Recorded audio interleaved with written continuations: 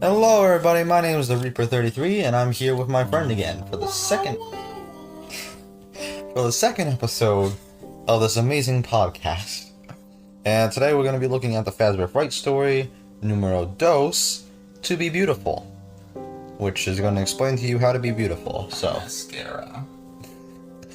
Yes, your eyeliner, you gotta wear it all. Yeah. Lindor, that's a chocolate company. Gather all your shit, put it in the bag. We're going on a trip.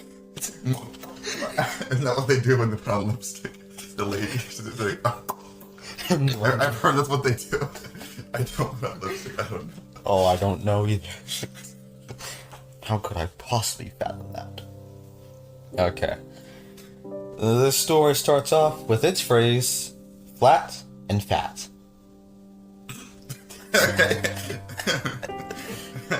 Last fat time with a PH, bro. Last time it was a dead pause, and this time it's flat and fat. So these story intros, bro. Very interesting.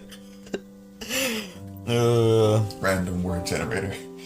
Yes. So our main character in here is Sarah, and she basically goes on to explain herself a little bit. Other girls could describe their shapes as being like an hourglass or a pear. Sarah was shaped like a potato. Oh. That's not funny, but it's still funny. I'm just imagining a potato head. Mrs. Potato Head! Looking at her bulbous nose, her prominent ears, and how all her parts seemed stuck onto her body at random, she was reminded of the mix and match doll she had as a kid. Bro, that's literally Mrs. Potato Head. The one with different eyes, ears, noses, mouth, and other body parts you could stick on her to make her look as hilarious as you wanted. There you go. It's Mrs. Potato Head. She called the other girls at school beautifuls. Yeah, she doesn't have a boyfriend, and she wanted to have one, but you know. And she applies mascara, pink tinted. Oh my god, I was right. I was right. I told you so. Yeah, and lip balm. And then, for her birthday, apparently her mom gives her permission to wear light makeup. Uh-huh. Yeah. She has mousy brown hair. So, you know. She's very judgmental about her looks. This is where this is going. Oh, okay. I think I understand now. And covering the walls of her room are pictures of magazines with beautiful women. Of course. Of Wait, course. That's kind of sus. Hold on. That's kind of sus. She wanted to look like a goddess to people. Yeah. Oh, wait, hold on. Superiority complex much. This here is the alpha female.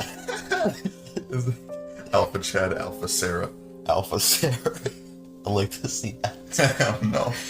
On that terrible SFM model of her. Oh. Mrs. Potato Head, but like standing over you, just like Alpha Chad. Alpha. Alpha. So her mom ends up saying, I picked up some bagels, you want some? And then she's like, no, I'll just have a yogurt. I don't need all those carbs. The carbs, mother. I do not require carbs at the moment. Her mom rolled her eyes. Sarah, those little yogurt cups you live on have just 90 calories in them. It's a wonder you don't pass out from hunger in school. She took a big bite of the bagel she had fixed her for herself. She had put the top and the bottom together sandwich style, and the cream cheese squished out when she chomped on it. Besides, Mom said, her mouth full, you're much too young to be worried about carbs. And you're much too old not to be worried about them, Sarah wanted to say. But she stopped herself. No. Instead, she said, a yogurt and a bottle of water will be plenty to hold me until lunchtime. Are you sure about that? Suit yourself, Mom said. But I'm telling you, this bagel is delicious. So apparently she watched YouTube makeup tutorials on her phone every morning to get ready for school. Yeah. Which means this book is sponsored by Raid Shadow Legends. This book is sponsored by Raid Shadow. This podcast is sponsored by Raid Shadow Legends. No, don't give them ideas. No. Paid sponsorship. I swear, Raid Shadow Legends actually hooks me up. I'm done. Oh my god. Because you could actually get people to sponsor podcasts and stuff. Oh. Oh my god, I reached out. I was like, hey, Devin, we were wondering if you could sponsor our video. Oh my god. So we meet the cheerleaders. Lydia, Jillian, Tabitha, and Emma. And they were the beautifuls. Oh, the beautifuls. Yes. Lydia had blonde hair and blue eyes with a rosy complexion, while Jillian had fiery red hair and cat-like green eyes. Tabitha was dark with chocolate brown eyes and lustrous black hair. And Emma had chestnut hair and enormous doe-like brown eyes. All the girls had long hair, the better to flip luxuriously over their shoulders, and were slender, with enough curves to fill out their clothes and to bust in the hips. And their clothes were as beautiful as they were all bought at high-end stores in big cities they visited on their vacations. Today they were all wearing black and white, a short black dress with a white collar and cuffs for Lydia, a white shirt with black and white polka dot miniskirt for Jillian, a black and white striped... What are they, penguins? Probably definitely drink Starbucks. They definitely drink Starbucks, confirmed. It's canon, guys. So they end up talking about penguins, and then Sarah turns around to see her friend Abby, who's been her best friend since kindergarten. Funny, we had another guy in the other story who had a best friend since kindergarten, but they abandoned him and into the pit. I must admit, that was the stupidest idea ever. So Abby says, oh, you know, they look like penguins because the girls are wearing black and white striped clothes and stuff. And then I just imagine Happy Feet doing the tap dance with their cheerleading. We're just tossing around references. It's just a big reference hat. You get a reference. You get a reference. If you get the reference, you better subscribe. Oh. And then she's like, oh, you know, I think they look perfect. And Abby's like, you always do. She gay. And Abby compares them to Barbie dolls. You can brush my hair. Bro, if I dip you in water, do you change color? Hey girl, you a Barbie doll because if I drown you in water, does your hair change color? You just imagine like somebody just deep frying a video of them just Barbie in the water. No. This one's going back. Waterboarding Barbie. We're only Volume like, 1. we're like 6 pages in. This is going for you. So they end up, you know, going to lunch and stuff, and Sarah, of course, ends up having a salad, because, you know, she's very cautious about it. Salad. And then Sarah goes on about her dreams. Well, I definitely get my teeth professionally whitened, and I go to one of those high-end salons and get my hair cut and colored blonde, but a realistic-looking blonde. I get skin treatments and a makeover of really good makeup, not the cheap drugstore kind, and I get a nose job. There are other cosmetic procedures I'd like to have, but I don't think they'll do them on a kid. And they shouldn't, Abby said. She looked shocked, like Sarah had said something really bad. Seriously, you'd put yourself through all that pain and suffering just to change the way you look? I had my tonsils taken out, and it was horrible. I'll never have another operation if I can help it. This is before they had anesthesia for tonsil removals. No, this is modern days. Concern. Huh.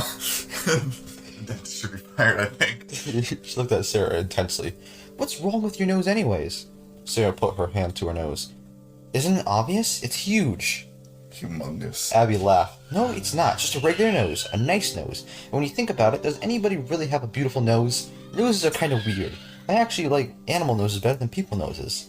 My dog has a really cute nose. And so Sarah keeps looking back and forth between the beautiful table and talking to her friend. I thought she was going to stitch in a dog nose on her face or something in the story. The way this conversation was going. So she ends up going to the beauty store after school. And she wants to learn how to bleach her hair and stuff. Yeah. White hair. And then she ends up lying to the girl about the hair color and stuff. That, you know, her mom said yes to it. Ay. You're supposed to have a parrot there if you're too young, aren't you? Yeah. But she doesn't, so she goes home, she begins doing it. She bleaches her hair. And then she takes off the towel. and she screams. She screams so loud that the neighbor's dog started barking. Her hair was not the platinum blonde, but sewage green. She saw that of Abby when they were little, coloring her Barbie's hair with a green magic marker. Now she was the Barbie. How? How could she do something to make herself pretty and end up even uglier than before? Why was life so unfair? She ran to her room, flung herself onto her bed, and cried. She must have cried herself into a miserable sleep, because the next thing she knew, her mom was sitting on the edge of the bed saying, "What happened here?" What is going on here? I was trying to dye my hair, Sarah sobbed. I wanted to be blonde, but You're green. I can see that, Mom said. Well, I would say there would be consequences from you coloring your hair without my permission. I'm an ogre. We've got layers. I knew you were going to say that. But I think you're already experiencing some of those. You were going to clean up the bathroom, though. But for right now, we need to see what we can do to make you look less like a Martian. That's like an ogre. So they go to the salon, they fix it all up, and then she's back to having brown hair. And just a few inches shorter. Because they had to cut off some of it. What's wrong with brown hair? I don't know. Apparently blonde is where it's at, boys. Apparently. Blonde, blue eyes, everything that you see. Something that a sand girl. Of course, Sarah just keeps on, listening to the Beautifuls at lunch and stuff. And then she ends up bumping into Mason Blair, the most perfect guy in school. The guy she always hoped might notice her. Hey, watch where you're going, he said, picking a cucumber slice off his expensive designer shirt. So what ended up happening is that they crashed together. During lunch period. Sorry, she squeaked, then threw the rest of her salad, what Mason wasn't wearing, into the trash and ran out of the cafeteria. Bruh. When school finally ends... This girl's got problems. She goes home, but she wants to avoid people, because, she just spilled salad on the most beautiful boy in school, apparently. Apparently. And so she decides to walk by the junkyard on the way home. And then as she's walking through it, she sees one of the car's bodies that's left behind from a crash and stuff. And then she saw an arm. A thin arm. The hell she gonna... You know what? Never mind. Was sticking out of the trunk of the car. Its little white hand with fingers outstretched as if waving hello. Or waving for help. Hola, bonjour. Like someone who was drowning. Sarah burned with curiosity. What was the hand attached to? An arm. The gate was unlocked. Nobody seemed to be watching. After looking around to make sure no one was nearby, she stepped inside the wrecking yard. She approached the old sedan and touched the arm. Then the hand. It was metal from the feel of it. She found the handle in the trunk and pulled it, but the lever wouldn't budge. The car was so dented and battered that it was over to a hand and just touches it. And you think it's a real hand, but she obviously didn't think it was a real hand. She's just like, let me go over and touch that human hand right there. This girl's got problems, dude. She compares it to King Arthur pulling the sword from the stone. Oh my god. I am worthy. Eventually, she opens it, because apparently she claims herself worthy, and it was a discarded doll. It appeared to be thrown out. Sarah pulled the doll from the trunk and stood it up on its feet. Though once she looked at it, she wasn't sure doll was the right word to describe it. It was a few inches taller than Sarah herself, and it was jointed so that the limbs and its waist looked movable. She managed to pull it out. I don't know. God. You know what? She might be ugly. She's buff, bro. Oh my god. Was it some kind of marionette? A robot? Whatever it was beautiful. Oh dear god. It had wide, green, long lashed eyes, pink Cupid's bow lips, and pink circles on its cheeks. Its face was painted like a clown, but a pretty clown. Its face was... I read that again. Its red hair was pulled up into twin pigtails on top of its head, and its body was sleek and silver, with a long neck and a tiny waist, and a rounded bust and hips. Oh, that's the long-necked baby, isn't it? Yes. Oh my god, that's like E.T. Mother, is that you? Sarah, go home. Go home, Sarah. That thing's scary as hell. Why would you like... Oh, it's so beautiful. It's beautiful, apparently. So you know what she does? She picks it up and she drags it home. Of course. You wouldn't expect anything else from a book from Scott Cawthon. So she eventually starts wiping it down and stuff. She finds an on switch and she turns it on. Yep, this is where it's going. And then nothing happens. So she stands around, she doesn't know what to do, but then a rattling sound made Sarah turn back around. The robot was shaking all over, like it was either going to rev up or break down entirely. Then it went still. Sarah resigned herself once more to the idea that the robot wasn't going to do anything, until it did. Oh. The robot's waist pivoted, making its upper body move.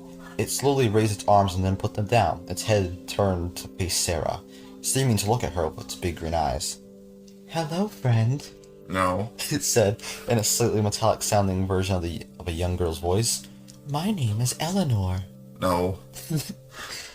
Sarah knew the thing couldn't be talking to her personally, but it felt like it was. "Hi," she whispered, feeling a little silly for entering into a conversation with an inanimate object. "I'm Sarah." "Nice to meet you, Sarah," the girl robot said. You gave it your name. Whoa, how had it said her name back? It must have some pretty sophisticated building computer or something. And it was in the frickin' junkyard, and you decided to pick it. Not when you were committing theft, you were just drinking it. Oh my god. What the hell are you doing, Sarah? "Thank you for rescuing me and cleaning me up." No. "Sarah," Bring it back. the robot, Eleanor the robot said. "I feel as good as new." She gave a pretty feminine twirl, her skirt billowing. Sarah's mouth was actually hanging open. Was this thing capable of actual conversation, of actual thought? You're welcome," she said. "Now," Eleanor said, placing her cold, hard little hand on Sarah's cheek, "you tell me what I can do for you, Sarah." Sarah stared at the robot's blankly pretty face. "What do you mean?" "You did something nice for me. Now, I must do something nice for you." Eleanor cocked her head like an adorable puppy. "What do you want, Sarah? I want to make your wishes come true." Nothing really," Sarah said. It wasn't a true, Don't say it, Sarah. Don't say it. How could the robot make her wishes come true? "Everybody wants something," Eleanor said, No, don't say it. brushing Sarah's hair away from her face. "What do you want, Sarah?" Don't say it, Sarah. Sarah took a deep breath. No. She looked at the images of the models, the actresses, and pop stars on her No, walls. no. She might as well say it. Eleanor was a robot. She wouldn't judge her. I want to be beautiful." No! She said the name. She said it! Roll credits. Eleanor clapped her hands. "To be beautiful! What a wonderful wish! But it is a large wish, Sarah, and I am petite." I don't know why that made me laugh. "Give me 24 hours, and I will have a plan to start making this wish come true." "Okay, sure," Sarah said. But she didn't believe for 1 minute this robot had the ability to transform her looks. She couldn't even quite believe that she was having a real conversation with it.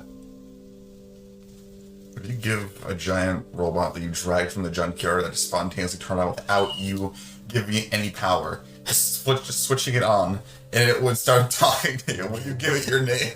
No, you would drag it back to where it came from. Hell, you wouldn't take it from the junkyard in the first place. Drag it back to the pit.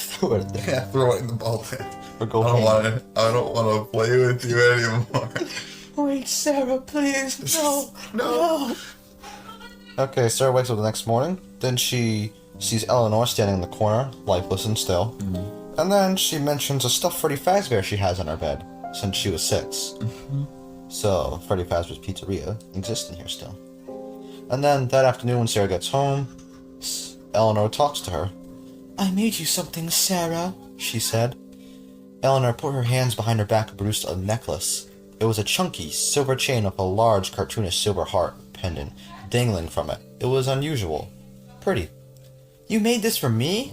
Sarah said. "I did," Eleanor said. I want you to make me a promise. I want you to put this necklace on and never, ever take it off. Do you promise you'll keep it on always?" "I promise," Sarah said. No. "Thank you for making it for me. It's beautiful." "And you will be beautiful too." No thanks. No thanks, bro. Since your wish is so big, Sarah, I can only grant it a little at a time. But if you wear this necklace and keep it on, each morning when you wake up, you'll be a little bit more beautiful than the day before. Eleanor held out the necklace and Sarah took it. Okay, thanks, Sarah said, not believing Eleanor for a minute, but she put on the necklace anyway because it was pretty. It looks good on you, Eleanor said.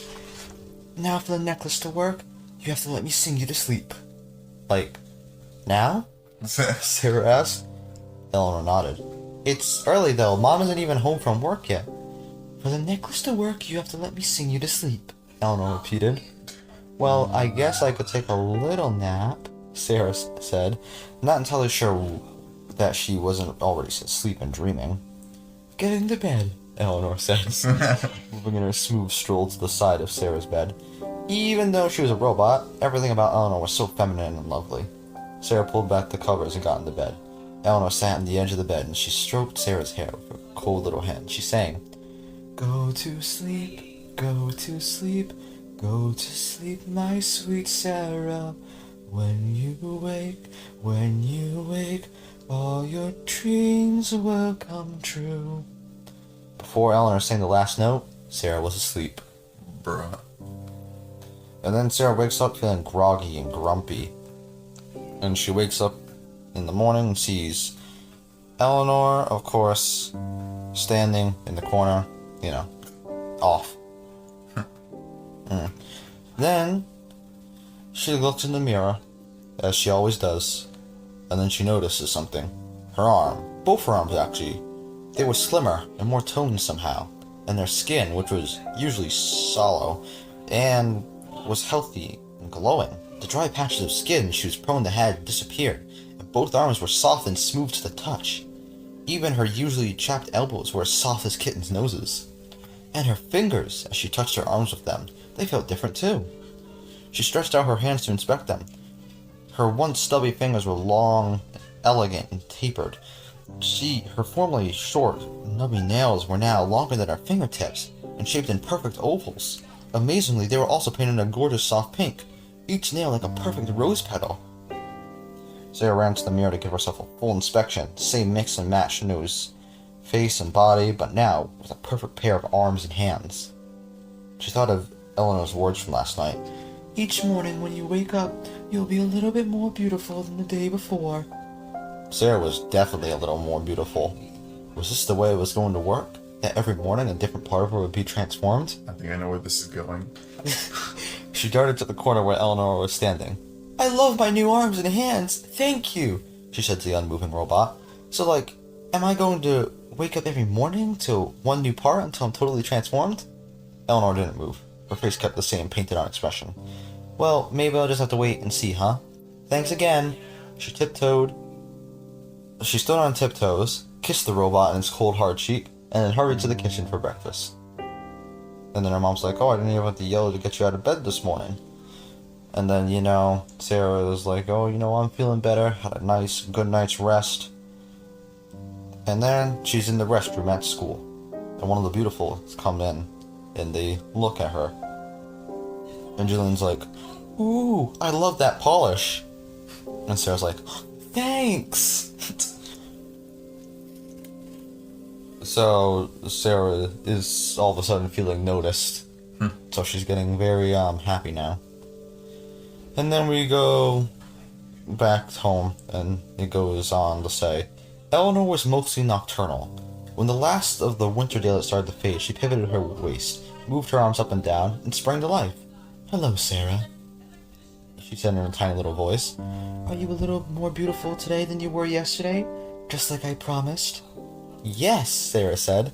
She couldn't remember ever feeling so great. Thank you. Eleanor nodded. Good. And are you a little happier today than you were yesterday? I am, said Sarah. Eleanor clapped her little hands. Good, that's what I want. To grant your wishes and make you happy. That's really nice of you, but why? I told you why. You saved me, Sarah. You pulled me out of that trash heap, cleaned me up, and brought me back to life. And so now I want to grant you wishes just like a fairy godmother. Would you like that? Her voice, while metallic, also sounded kind. Yes, Sarah said, who Who wouldn't like a fairy godmother? Good, Eleanor said. Personal assassin. Then never, ever take off that necklace and let me sing you to sleep. No. When you wake up, you'll be a little more beautiful than you were today. Sarah hesitated. She knew her mom had thought it was weird when she came home yesterday evening and found Sarah already asleep. I'll let you sing me to sleep, Sarah said. But could it be in a few hours? I need to eat dinner with my mom and then do my homework. If you must, Eleanor said, sounding a little disappointed. But it is necessary that you let me put you to sleep as early as possible. It's important that you get your beauty rest. So then after dinner, she brushes her teeth, takes a quick shower, puts on her nightgown. Then she says, I'm ready. Then get in bed like a good girl, Eleanor said. So Sarah gets in, and she touches the heart-shaped pendant, and she always remembers to always keep it on and never take it off. And Sarah says, I'll remember. And then Eleanor goes, Go to sleep, go to sleep, go to sleep, my sweet Sarah. When you wake, all your dreams will come true. It's a really scary lullaby. And once again, Sarah fell asleep before she knew what hit her. And she woke up feeling refreshed, and when she stood up, she seemed to stand a little straighter, a little prouder, a little taller. She ran to the mirror and pulled her up her nightgown to expose her legs. They are magnificent. Magnificent. Fucking gorgeous. Fucking gorgeous. She no longer had the stubby mix and match with legless feet stuck onto her dumpy body. Her legs were long and shapely, with toned calves and dainty ankles, a model's legs. When she ran her hands over them, the skin was smooth and sleek. She looked down and noticed that the nails on her perfect, adorable toes were polished the same rosy pink as her fingernails. Sarah usually wore jeans to school, the better to cover her stubby limbs, but today she was going to wear a dress. She ran to her closet and took out a lovely lavender dress her mom had bought her last spring. She hadn't liked the way it looked on her then, but now it showed off her long, shapely arms and legs. She slipped on some ballet flats and admired her reflection in the mirror. And Mom was like, Look at you, you're a knockout. Is it picture day or something? No. No, it's just a normal day. What can I say? New day, new me. I guess it's what Ignore the fact that I'm like several inches taller now. Ignore the fact that there's a robot standing in the corner of my room. How has she not noticed that yet? Apparently she doesn't just walk in to see that. They're like, oh, okay, I see. But wait. Then she did walk in though. Because the mom went in the day... Oh wait, she didn't have Eleanor that day. That's right, because that was the hair dye day. I was trying to make a point, but then I stopped, because the point didn't make sense, because she didn't have Eleanor. But yeah, the mom doesn't go in her room. Or does she? This is odd. Now, forever, I'm just going to think of the freaking spring bunny. Father. Oswald, I am your father. Oh, God. No! Is there somebody special you're making an effort for? Mom asked in a teasing tone. And Sarah's mind wandered for a moment to Mason Blair. No, just for me, I guess. Wow, that's really nice to hear. Hey, do you want some eggs? And then Sarah felt a sudden, ravenous hunger. Sure, she said. Her mom dished out scrambled eggs and toast, and then her mom says, I don't know what it is, but for the past couple of days you've just seemed so much more mature and easy to talk to. Maybe you've just been going through an awkward stage last year or so, and you're starting to outgrow it. Sarah smiled. Yes, I think that may be it. The awkward stage was my entire life before I met Eleanor, Sarah thought. Then at school, she sees Abby in the hall, and the two of them had a lot of history together. And she has to say that Abby was stubborn. You know. Ignore the sounds coming in the background. Just clip that. I don't know if I can clip that out. I'll try and remove the background audio, though. Jesus Christ. Hey, Sarah says. Hey. Abby dug around her locker and didn't make eye contact with her. Puts her hand on his shoulder. Hey. Listen, Sarah said. I'm sorry, I said those mean things to you the other day. And Abby finally looked at her. Hey, they weren't wrong. I do still like cartoons, stickers, and horses. Yeah, and there's nothing wrong with that. Stickers and horses and cartoons are nice. And you're nice. And I'm sorry. Friends? Shut out her hand, and Abby laughed and hugged her instead.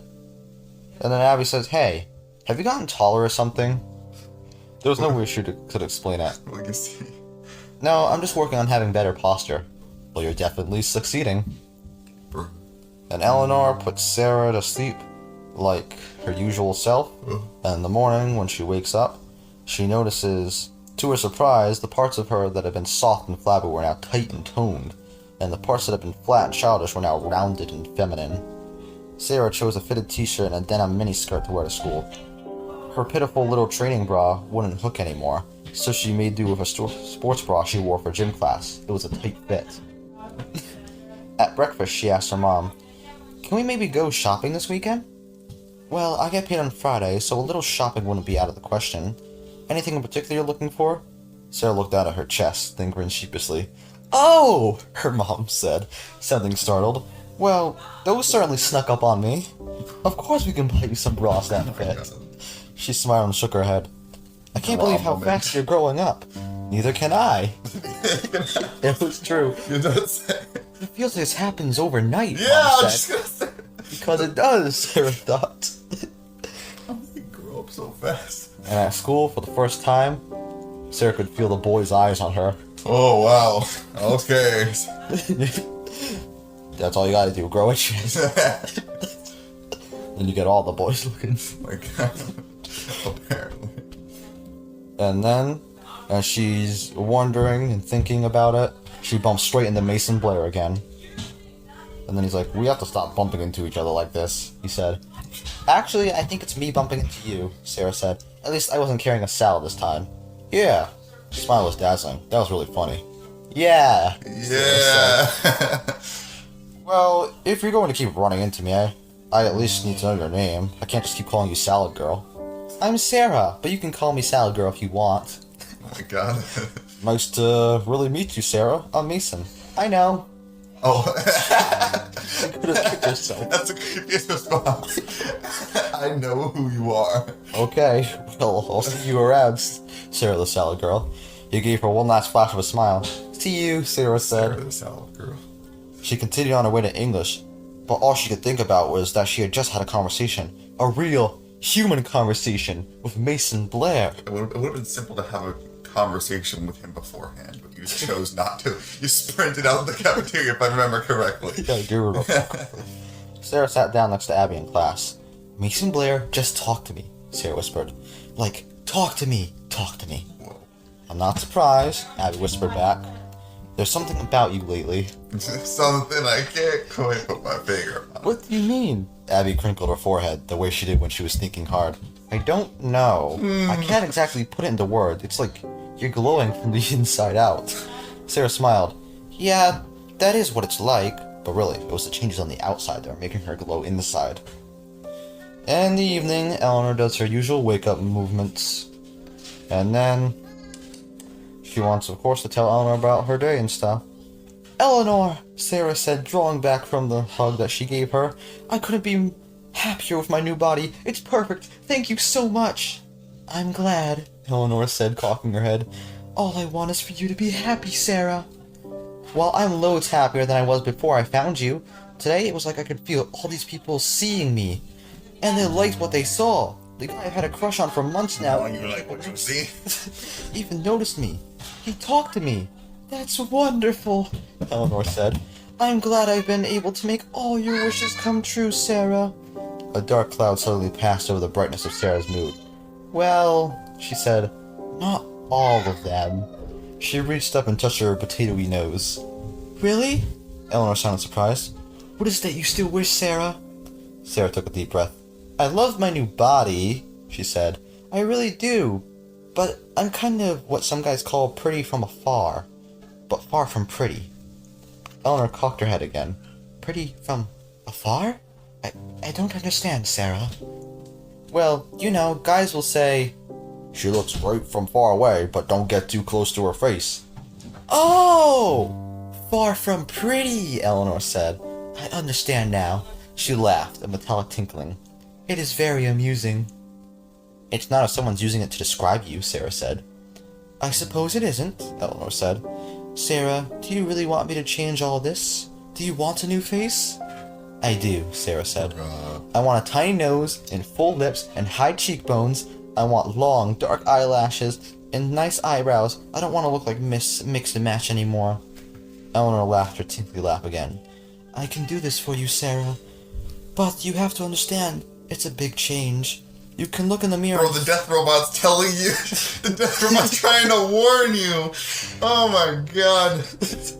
God damn it. You can look in the mirror and see longer legs or a curvier figure, but they just look like you've grown. Faster than expected, maybe, but still, growth isn't normal for a child. It is something you know will happen. All your life, though, you've looked in that mirror, seen your face and said, that's me. It is true that your face changes some as you grow, but it's still recognizable to you. To see a totally different face as your reflection can be quite a shock. It's a shock that I want, Sarah said. You sure about that? I hate my face the way it is. Oh my god. Very well, Sarah. Dude, the robot isn't even the antagonist in this one. The robot is the antagonist. Beautiful. Very well, Sarah, Eleanor said, looking into her eyes. As long as you're sure. And after dinner, she says, Eleanor, I'm ready. Are you sure? But then she has a question. So, her question is, what will my mom think if I sit down to eat breakfast in the morning and I have a totally different face? She'll think, who the fuck are you? Eleanor sat down on the bed. It is a good question, Sarah, but she won't notice, not really. She may think you look especially rested or well, but she won't notice that your plain face has been replaced by a beautiful one. Mothers always think their children are beautiful, so when your mother looks at you, she has always seen great beauty. Oh, okay, Sarah said, feeling relaxed again. No wonder her mother didn't understand her problems. She thought her daughter was already beautiful. That's not the takeaway from this statement. I'm ready then. Everybody just slaps their heads. Bruh. Eleanor goes and says, and you remember? That I always have to wear it and can never ever take it off. Yes, I remember. Good. Eleanor stroked Sarah's hair and sang one more time. Go to sleep. I think I know what's gonna happen if she takes it off. Go to sleep, my sweet Sarah. When you wake, all your dreams will come true. And then in the morning, she wakes up and already feels the changes. She goes over to the mirror and she reached up, touched her nose. It was not a potato-like bulb, but a pert little point. She ran her hands over the sides of her face and felt clearly defined cheekbones. She touched her lips and found them plumper than before. She hopped out of bed to take a look. It was amazing! The person looking back at Sarah was a totally different person than before. Eleanor was right, it was shocking, but it was a good kind of shock. Yo, this robot's a godlike surgeon. You'd be paid millions. I know. So, yeah, it was absolute perfection. Her eyes were a wide and deeper blue, and a fringe of long, sooty eyelashes. Her eyebrows were delicate arcs. Her nose was tiny and perfectly straight, and her lips were a pink Cupid's bow. Her hair, while still brown, was fuller and shinier and fell into pretty soft waves. She looked herself up and down. She smiled at herself with straight, white teeth. Beautiful. She was the total package.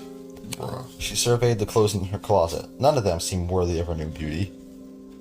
Maybe when Mom took her shopping for bras, she could also pick up a few outfits. After a deliberation, she finally chose a red dress she bought on a whim, but she could never find the courage to wear. Now, though, she deserved to be the center of attention. School was a totally new experience. She could feel everybody's eyes on her, guys and girls alike. When she looked at the beautifuls, who also happened to be wearing red today, they looked back at her, not with disdain, but with interest. At lunch, she mouthed hi to Abby, then walked straight to where the beautifuls were sitting. This time, she didn't sit right down at the table, but made a show of casually wandering past it. Hey, new girl, Lydia called. You want to sit with us? She wasn't remotely a new girl to the school, but she was a new girl in her looks. Sure, thanks, she said. She tried to sound casual, like it didn't make any difference to her whether she sat with them or so with somebody else, but inside she was so excited when she was turning cartwheels. All the beautifuls were eating salads, just like she was. So, Lydia said, what's your name? I just think of that meme. So, what's your name? Sarah. She had hoped Sarah was a name they found acceptable. It wasn't too bad. It wasn't like Hilda or Bertha or anything. I'm Lydia. Lydia tossed her lustrous blonde hair. She was so pretty. Pretty enough to be a model. She would fit right in with the pictures on the walls of Sarah's room. And this is Jillian, Tabitha, and Emma. They needed no introduction, of course, but Sarah said hi, like she had never seen them before. So, Lydia said, who's your dress by? Sarah had watched enough fashion shows on TV to know Lydia was asking about the designer. It's from Saks Fifth Avenue, she said. It was true, the label of the dress did read Saks Fifth Avenue. However, Sarah and her mom had bought it at a local thrift store. Her mom was so excited when they found it. She loved thrifting. How often do you get to go to New York? Lydia asked. Once or twice a year, Sarah lied. She'd never been to New York once. She had been to New York once when she was 11. She and her mom had seen a Broadway show. Okay, so we move locations down to the basement. Because, yeah. It's also quieter down here, which is nice. Yes. So we're continuing on. Where was it? So yeah, she lies about New York. And then one of the girls ends up asking, what do your mom and dad do for work? Sarah tried not to bristle visibly at the word dad. Mom's a social worker, and Dad, before her dad had left Sarah and her mom, he had been a long-distance truck driver. Now she wasn't even sure what he did or where he lived. He moved a lot, changed girlfriends a lot. He called her on Christmas and her birthday. He's a lawyer. The beautifuls nodded their approval. One more question. This came from Jillian, the redhead, with the cat-like green eyes. Do you have a boyfriend? Sarah felt her face heat up. No, not at the moment. Well, Jillian said, leaning forward. Is there a boy you like? Sarah knew her face had to be as red as her dress.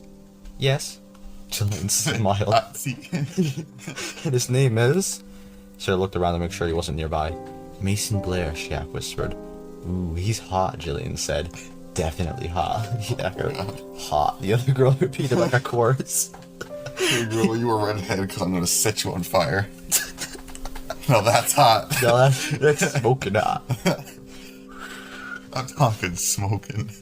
So, Lydia said, looking Sarah over. Don't follow us around like a puppy dog or anything, but if you want to sit with us at lunch, then sit. On Sunday afternoon. Like a puppy dog would sit. On Sunday afternoons, we go to the mall and try on clothes and makeup. Maybe get a froyo. It's lame, but it's something to do. This town's so boring. So boring, Sarah agreed, but inside she was buzzing with excitement. We'll hang out a little and see how things go. If it works out, maybe you can go try out for a cheerleader next year. Consider this a trial period. Sarah left the cafeteria smiling to herself. Abby caught up to her. It looked like you were having some kind of intense job interview back there, Abby said. She was wearing gray sweatpants with a bulky purple sweater that did nothing to show off her shape. Yeah, kind of. They invited me to hang out though, so I guess I passed the test. Abby raised an eyebrow. And those are the kind of friends you want? The kind that make you pass a test? They're cool, Abby. They know all about fashion and makeup and guys. They're shallow, Sarah. They're as shallow as a rain puddle. No, I take that back. They're so shallow they make a rain puddle look like an ocean. Oh my god. Sarah shook her head. She loved Abby, she really did, but why'd she have to be so judgmental? But they rule the school. That's how it works. It's the beautiful people who get what they want. She looked at Abby's gorgeous brown complexion, at her striking hazel eyes. You could be beautiful too, Abby. You could be the prettiest girl in the school if you lost the glasses and braids and bought some clothes that weren't so baggy. If I didn't wear my glasses, I'd be walking into walls, Abby said with a little edge in her voice. Bravo. And I like my braids and my baggy clothes, especially the sweater. It's cozy. She shrugged her shoulders. I guess I just like myself the way I am. Sorry if I'm not fancy or fashionable enough for you. I'm not like the cheerleaders or all those models and pop stars whose pictures you have plastered all over your room. But you know what? I'm a nice person. I don't judge people on how they look or how much money they have. I don't give a person a pop quiz to decide if I'll let them hang out with me or not. Abby looked at Sarah's face searchingly. You have changed, Sarah, and not for the better. Abby turned her back on Sarah and marched down the hall. Sarah knew Abby was a little mad at her, but she also knew an apology and a hug would fix things when she had time to do so and cool down. Bruh. After the bell, she's walking to the school bus and all of a sudden she hears, "Hi," a male voice said. She turns around to see Mason Blair looking perfect in a blue shirt that brought out the color of his eyes. Oh, hi. So, Lydia said you guys were talking about me in the cafeteria today? Well, Sarah fought the urge to run. What you see? She has an immediately flight response. She's not a fighter, she's a flight. No, she's a flight. Prefers just launches into the stratosphere audio. Say, if you don't have anything else to do you want to go over to the brown cow and have a cone with me? Sarah smiled. I don't have anything else to do. And so, they go to the ice cream place over there called the Brown Cow, and she orders a salad. And then he orders a salad. Salad ice cream, please. Oh, you. And then, the Little fat ranch flavored. The bored old lady asks chocolate, vanilla, or swirl. Then she goes swirl. And then she begins to make a move to her open purse. And Mason's like, no, I got it. It's a cheap date. I could handle it. Thanks. He had said date. It was a real date. Sarah's first. They sat across from each other at a picnic table. Mason attacked his cone with gusto, but Sarah took tiny licks. Hardcore eating ice cream. Gustav. Just the Tasmanian devil. This was a brutal She didn't want to eat like a pig in front of Mason, and she's afraid of her ice cream dripping on her dress and making her look like a slob. Even with her self-conscious, though, she had to admit the cold, creamy treat was delicious. I haven't had ice cream in ages, she said.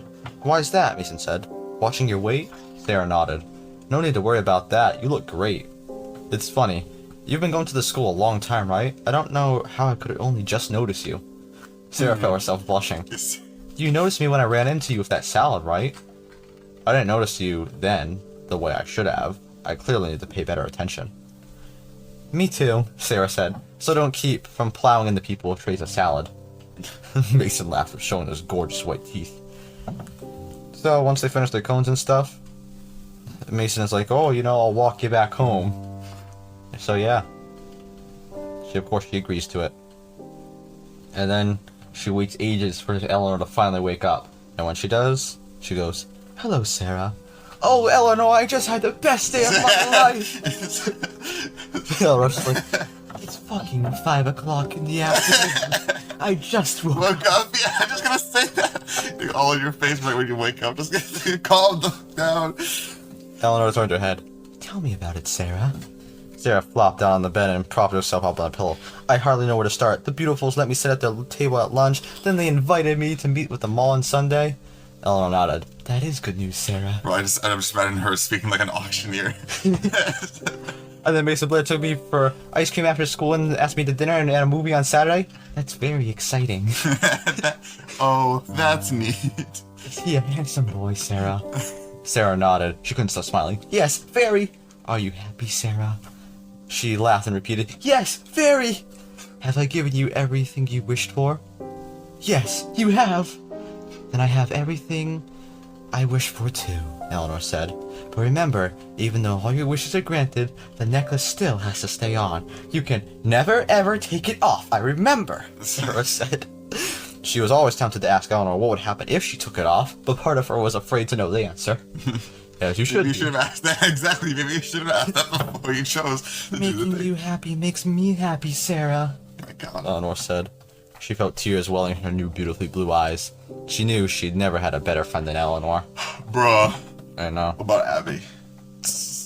Nah, we forget about Abby. We forget about the best friends in this book. I know. So then she ends up asking her mom to take her down to, the pizza place, which is the Pizza Palooza. It's not Freddy Fazbear's. You can cool your jets. Okay. It's not that pizza place. That kind of pizza place. And then the mom's like, text me when the movie's over. I'll come and get you. And then she said, I'll try. Until recently, the idea of going out with Mason Blair would have been as realistic as the idea of her going out with a major pop star. It had been a fantasy, something she dreamed of, but never imagined would come true. So eventually it does come, and they, talk about how nice each other look and stuff. They go on a lovely date. And then that night, when she got back home, she's putting on her nightgown, and Eleanor quietly strolled up behind her and put her hand on her shoulder. Hi, Eleanor, she said. Hello, Sarah. How was your date? she asked. It was great. He's gorgeous, but I also really like him as a person, you know? He asked me if I want to go to the basketball game with him next week. I'm not interested in basketball, but I'm definitely interested in him, so I'll go. Eleanor laughed with her tiny giggle. So tonight, was it everything you hoped it would be? Sarah smiled at her robotic friend. It was even better. I'm happy you're happy. Good night, Sarah. In the morning, Sarah asked her mom to drive her to the mall to meet with friends. And then her mom's like, you're quite the social butterfly this weekend. What time are we supposed to meet them? They just said in the afternoon. That's pretty vague, isn't it? I don't know. The way they said it, it kind of felt like I should know just when they meet. Your new friends expect you to be psychic? Mom said. You don't like my new friends, do you? Sarah said. I don't know your new friends, Sarah. I just know they were girls who wouldn't give you the time of the day before, but now they're suddenly inviting you to hang out with them. It's strange. I mean, what's changed? I've changed, Sarah thought. Just look at me. But she said, maybe they just finally decided I'm a likable person. Yeah, but what took them so long? You know what friend of yours I like? Abby. She's smart, and she's kind, and she's straightforward. You always know where you stand with a person like Abby. Sarah didn't want to tell her mom that she and Abby weren't speaking to each other currently, so instead she said, 2 o'clock. How about you take me to the mall at 2 o'clock? Okay. Mom tossed a towel at her. Now help me fold. Fold. So she goes to the mall and stuff, and she tries out lipstick, but she can't buy anything either. Tabitha ends up calling her Her Royal Highness Princess Sarah. So they treat herself well, you know.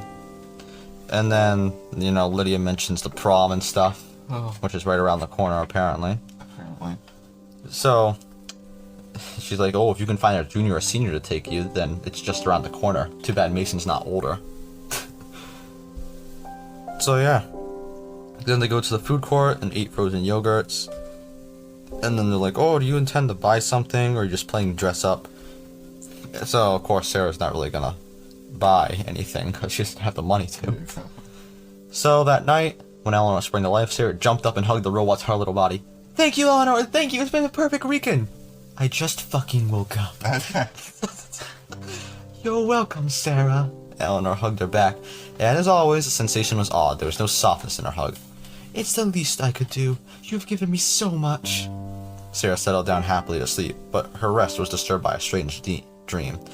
She was on a date with Mason, sitting in the movie theater, but when he reached to hold her hand, it was not his hand she grasped, but Eleanor's. Tiny, white, metallic, and cold. The same hand that she grabbed to pull the robot girl out of the car trunk. When she turned to look at Mason seat next to her, he had changed into Eleanor. Eleanor's smile revealing a mouthful of sharp teeth. She opened her eyes to find Eleanor standing over her bed, her head lowered, staring at her with blank green eyes. Sarah gasped. Did I make a noise in my sleep? No, Sarah. Sarah looked at Eleanor, who was standing so close to her bed that she was touching it. Then what are you doing standing over my bed? Didn't you know, Sarah? Eleanor said, reaching out to brush back Sarah's hair. I do this every night. I watch over you.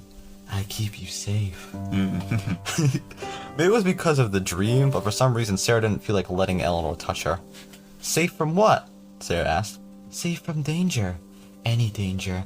I want to protect you, Sarah. Okay. Alright, then. Thanks, I guess. She appreciated Eleanor's concern, appreciated everything Eleanor had done for her, but still it was creepy for someone to watch you when you didn't know you were being watched, even if they were doing so with the best intentions.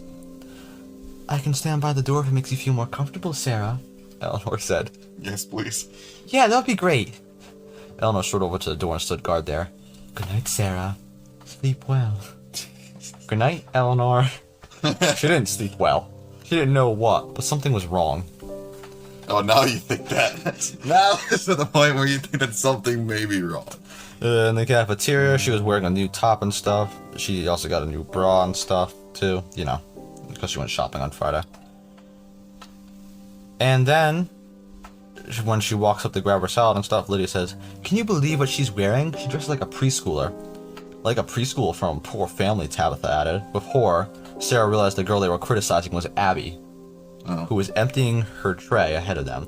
True, Abby is wearing pink overalls, so the preschool comment wasn't too far off the mark, but it seemed mean to reduce somebody's whole value as a person to clothes. That's Abby, Sarah heard herself saying. She's really nice. She's been my friend since kindergarten.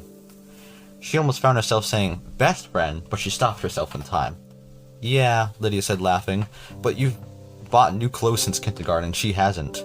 The beautifuls all laughed too. Sarah tried to smile, but she couldn't quite manage it. When it was Sarah's turn to dump her tray, she stepped on something slippery near the trash can. Her new shoes were cute, but they didn't have much traction. The fall felt like it took forever, but she was sure it was only a matter of seconds. Then she was flat on her back, right in front of the whole school. Sarah, that was hilarious, Lydia said. What a klutz, she said, doubling over from laughter. All the beauties were laughing along with her, saying, Did you see her go down? And she hit the floor like a ton of bricks. And how embarrassing. In Sarah's dazed state, she couldn't really tell which girl was saying what. Their voices sounded distant and distorted, almost as if Sarah was trying to hear them underwater. She tried to pull herself up, but something strange was happening to her body. She heard weird clashing and clanging sounds. She couldn't figure out what they were coming from. It didn't make any sense. But they felt like they were coming from inside her. She was shaking and jerking, and she couldn't make her body move the way it usually did. Her body was no longer under her control. She was scared. Had she hurt herself badly? Should somebody call her mom? Call an ambulance? And why were her new friends not helping her? They were still just laughing, still joking about how stupid she looked and how funny it was. Then the beautiful's laughter was replaced by screams. Oh, it's always the screams. If you hear a scream, you better start running. As if from a great distance, Sarah heard Lydia saying, What's happening to her? I don't understand. I don't know, one of the girls said. Somebody needs to do something. Get a teacher quick, another one said. A terrible thought occurred to Sarah. She put her hand to her throat. The necklace Eleanor gave her, the necklace that she was never, ever to be taken off, was gone. She must have knocked it off during the fall. She turned her head and saw it on the floor, just a little more than an arm's length away. She had to get it back.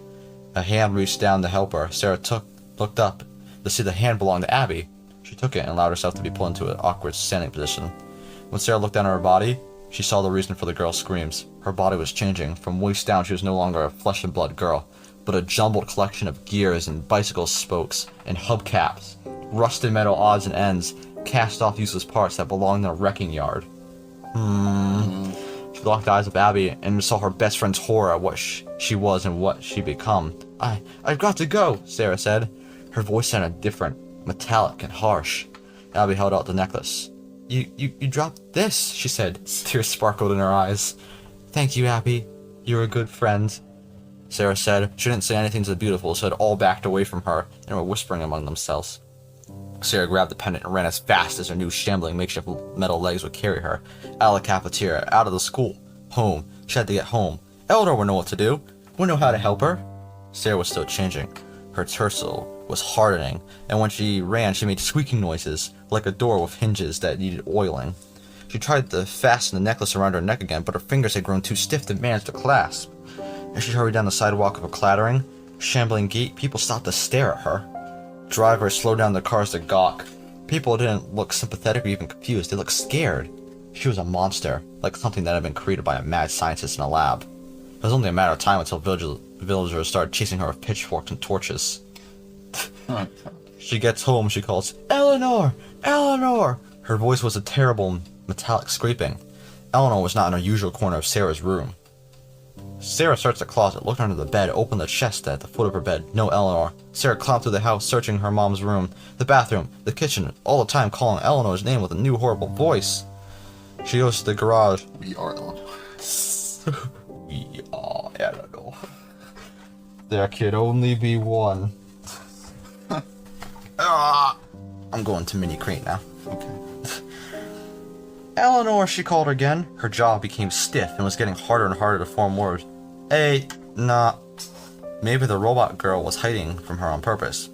Maybe it was some kind of joke. She opens the cabinet door and pulled. It was an avalanche. Clear plastic blads holding different objects with different weights and sizes toppled out of the cabinet and fell to the floor with a dull, sickening thud. Sarah looked at the floor. At first, her brain couldn't even process what she saw. One bag contained a human leg. Another, a human arm. They were not body parts of an adult, and they didn't appear to be the result of accident. Blood pooled in the bottoms of the bags, but the limbs had been severed neatly, as if in a surgical amputation. Another bag stuffed with bloody, snake-like entrails. It would appear to be a liver. slid from the cabinet shelf and landed on the floor with a wet splat. Ugh. Why were there body parts in her garage? Sarah didn't fully understand what she saw that until a small bag that held a familiar-looking potato-shaped nose. She screamed, but the sound that came out of her was like a squealing of cars' brakes. Behind her came a metallic, tinkling laugh. Sarah's lower body was almost immobile, but she dragged herself to face Eleanor. "I made your wish come true, Sarah," the pretty robot said with another metallic giggle. "And in return..." Sarah noticed something she had never seen on Eleanor before. A heart-shaped button just below Eleanor's throat that was double of Sarah's heart-shaped pendant size. Eleanor laughed, then she pushed the heart-shaped button. She jerked and shook, but she also visibly softened, her silver finish turning into the pinkish shade of Caucasian skin. In a matter of moments, she was a dead ringer for Sarah. The old Sarah, the real Sarah. The Sarah who, looking back on it, hadn't been so bad looking after all. The Sarah who had spent way too much time worrying about her appearance. Abby had been right. She had been right about a lot of things. Eleanor pulled out an old pair of Sarah's jeans, one of her sweaters, and her tennis shoes. "Well, you certainly made my wishes come true," Eleanor said. Smiling with Sarah's old smile, she pushed the button that opened the garage door. Sunlight flooded the room, and Eleanor Sarah gave a little wave, then skipped out into the sunshine and down the sidewalk. Oh my god. Sarah's ears filled with a deafening clinking and clanking. She couldn't control her movements. Different rusted metal parts disconnected from her and fell clattering to the floor. She was falling apart, collapsing into an ugly trash heap, a hideous, useless collection of garbage to be thrown away and forgotten. In an old mirror propped up against the wall, she saw herself. She was no longer a pretty girl or a girl at all. She didn't resemble a human of any kind. She was nothing but a rusty, dirty pile of junk. She felt sad, then she felt scared, and then she felt nothing at all. And that is the end of To Be Beautiful. Moral of the story, don't be beautiful. Oh my god. Professional surgeon, baby. Professional surgeon. Bro, imagine taking out somebody's liver without them noticing. Just like, yoink, and just throwing it in a bag and yeeting it into the garage cabinet. They're like, no one will find it here. This is the best hiding place ever. No one ever goes in the garage cabinet. No one ever goes in the garage. It's like no one should ever walk and stroll in a freaking junkyard. Okay, moral of the story, change. Never stroll near a junkyard. Oh my god. Never take out robot girl arms from backs of cars. Never talk to a robot girl and tell her your name. There's a lot of morals to take from this. There's a lot of things that normal people just don't do that this girl did. She had so many chances to turn back and she chose not to. Poor Sarah. Oh my god, Sarah. So like last time, thoughts and rating on the story? 4.5 out of 10. Yeah. that was a little. We stretched it a little bit much that time. Like, oh no, she's strolling through the thing. Oh no, look, there's an arm now. Oh, okay, we're taking the arm home. Oh no, it's an entire robot. Oh, now it's spontaneously working. Oh, now she gave me a pendant. Oh, now it turned me into a beautiful girl. Now I'm a robot. Now I have a robust. Robust. Oh my god, Sarah, you're looking robust. I know. Oh my god. Like, oh my god, no one would act like that in that situation at all, which is frustrating. I mean, horror is supposed to be like that sometimes, but nobody would ever act like that, even if you were scared or seriously obsessed with your looks. The only thing to really take away from this one is, of course, the heart-shaped pendant and the heart button on Eleanor, which is, of course, an illusion chip from the game series and the original trilogy of the books. Because, obviously, other people had to notice, so... Yeah. So, yeah, Eleanor just skips away into the distance. Yeah. Bye, Felicia. Bye, Felicia, indeed. So, that is the end of To Be Beautiful. It did worse than Into the Pit. Apparently, bunnies taking the place of your father is more interesting than girls transforming into robots. Apparently. Hey, that reminds me of that one movie. Oh no. That was great. Okay. The next story is Count the Ways. So, that one's gonna be fun. We get to pull out the Funtime Freddy voice. I should bottom one up your head. Bring in the bonbon launcher. You're going to the moon. We're going to the moon. One small step for man. One giant leap for mankind. Okay. That is the end. I am TheReaper 33. That was my friend, and I'll see you next time.